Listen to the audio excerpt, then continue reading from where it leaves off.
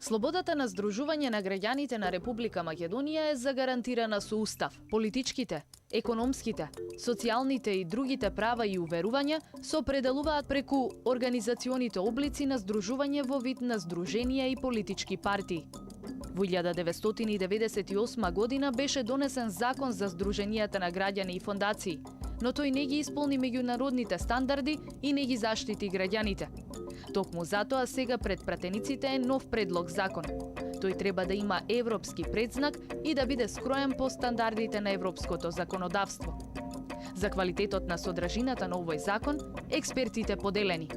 Нашата општа оценка дека тој е многу добар закон кој придонесува кон неколку цели: прво, проширување на слободата на здружување; второ, подобрување на одржливоста на граѓанскиот сектор и трето, олеснување на управувањето во граѓанскиот сектор. Ваков закон не може да обезбеди доволна демократија во Македонија. Притисоците при тоа врз граѓанскиот сектор, врз дел од граѓанскиот сектор, не смее да продолжат, туку напротив, ова е процес кога политичката култура во Македонија паѓа многу ниско.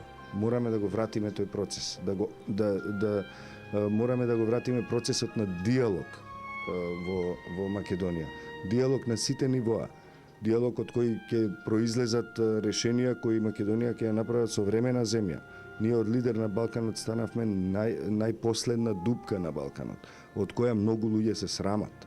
Како заклучок на семинарот за законот за здруженија и фондации, странските експерти кои учествуваат во глобала се согласуваат со текстот, но укажуваат и на аномалии кои можат да донесат опасности. Во делот на глобите, законот не е потполно во согласност со европските регулаторни практики, затоа што се предвидува со законот се предвидуваат повисоки казни за поединците, за одговорните лица во организацијата, наспроти организацијата.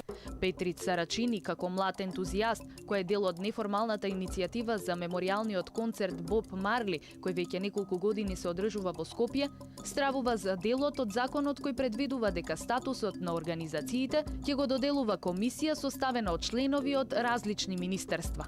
Се плашам дека во овие услови, во ова македонско притисување, дека создавање на комисија која ќе биде контролирана од извршната власт, каде што ќе седат луѓе од министерства, а не од невладин сектор, представува опасност. Не сме, мислам, се уште зрели да воспоставиме таков механизам.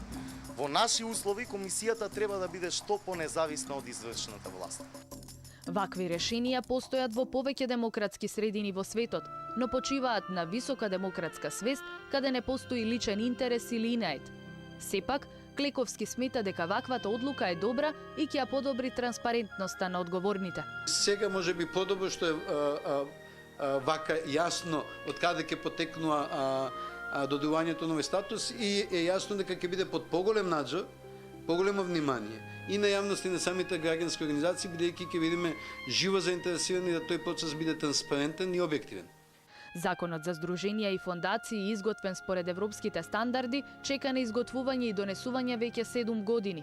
На вака усвоениот текст од владата се поднесени околу 37 амандмани кои би требало да ги потполнат недостатоците.